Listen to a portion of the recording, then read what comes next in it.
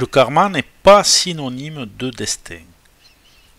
Le karma est très important, mais savoir choisir l'est bien plus encore. Le karma n'est que la condition préalable au choix.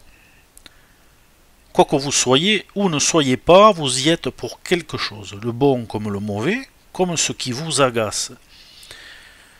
C'est là la nature du karma. Quoi que vous soyez ou ne soyez pas, vous pouvez le changer. Cela aussi, c'est la nature du karma. Et ceci parce que le karma n'est pas synonyme de fatalité, comme peuvent le croire certaines personnes.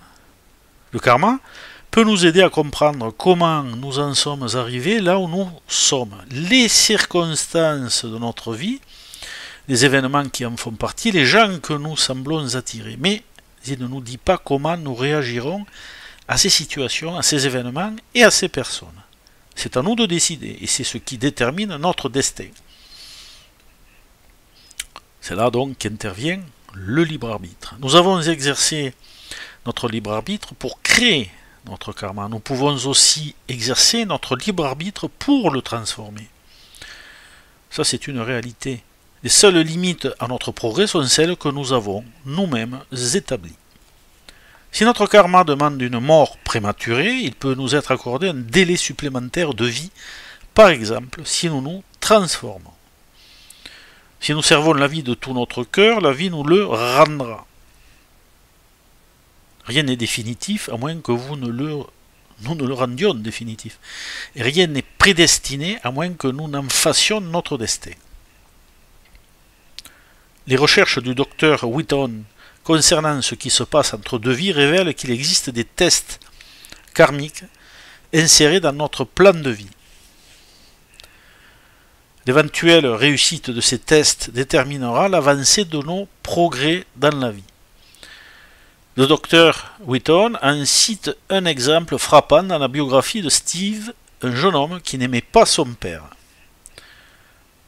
Alors voici, quand son père entra dans une clinique privée de Miami, Steve alla rarement lui rendre visite. Un jour, il sentit soudain qu'il devait aller le voir. Pendant qu'il était là, il remarqua que le tuyau du respirateur de son père était déplacé, ce qui rendait sa respiration difficile. Steve avait le choix. Il pouvait laisser mourir son père ou courir chercher une infirmière. Il réfléchit un moment, puis appela à vive voix une infirmière qui remit le tuyau en place. Plus tard, à l'âge de 29 ans, Steve fut heurté de côté par un camion alors qu'il faisait du vélo. L'accident aurait pu lui être fatal, mais il s'en sortit fort heureusement avec seulement une fracture du fémur. Au début de la quarantaine, Steve a appris sous hypnose qu'il existait un lien très fort entre les deux événements et qu'il avait su tout cela avant d'être né. Alors, mon scénario karmique indiquait clairement, en parlant de Steve, que l'incident de la vie ou de la mort de mon père était en fait un test karmique que je m'étais donné, dit-il. Si je réussissais à lui pardonner ses manquements à mon égard, qui semblaient se répéter sur plusieurs vies, je ne mourrais pas dans un accident de vélo. Alors, fait encore plus intéressant, Steve déclara qu'en se basant sur son comportement passé, il était censé laisser mourir son père.